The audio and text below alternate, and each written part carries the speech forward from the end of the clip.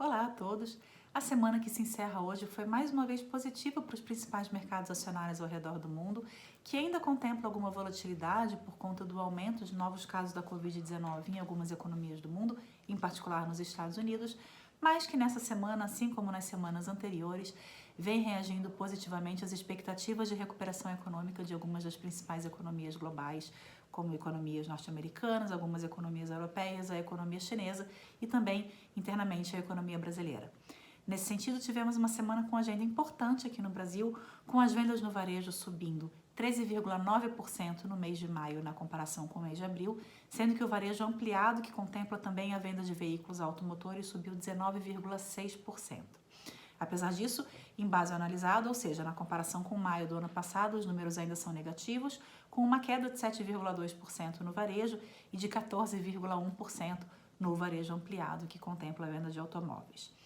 A alta no mês de maio foi disseminada em praticamente todos os setores que são pesquisados pelo IBGE, refletiu, claro, a abertura da atividade econômica em algumas cidades brasileiras e ainda teve como grande destaque a venda de supermercados, o que mostra que, apesar da abertura da atividade econômica, os brasileiros ainda estão concentrando suas atividades em grande parte dentro de casa.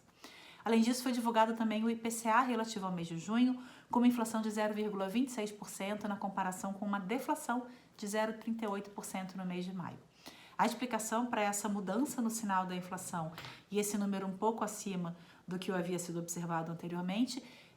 passa basicamente por três grupos. Transportes, por conta do reajuste de combustíveis que foi anunciado lá no início da pandemia, alimentos, tanto alimentação dentro de casa quanto alimentação na rua, e artigos para residência. Com o número apresentado hoje, que apesar de ser uma aceleração, ficou abaixo das expectativas do mercado, que previa uma inflação em 0,30% no mês passado, o IPCA tem uma alta acumulada de 0,10% no ano e de 2,13% em 12 meses, ou seja, a inflação continua sendo algo que não preocupa na economia brasileira nesse momento.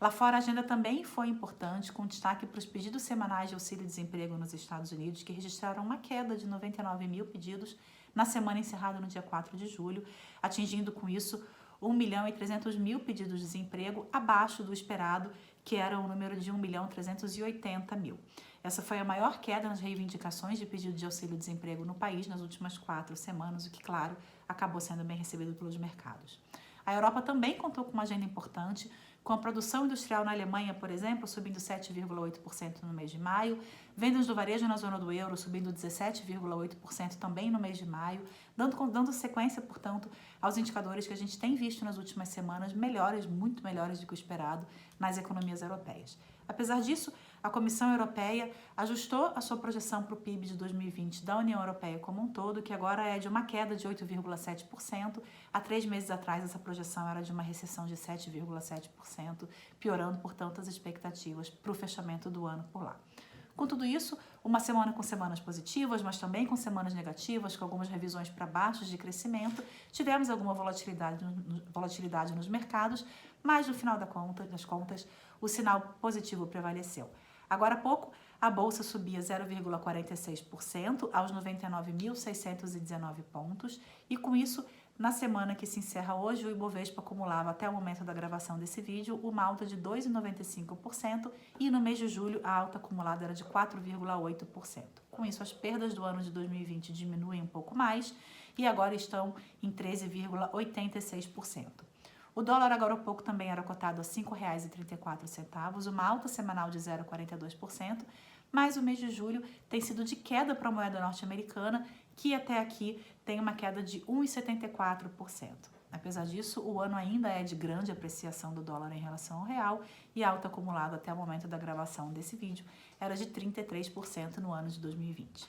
Um ótimo final de semana a todos e até semana que vem.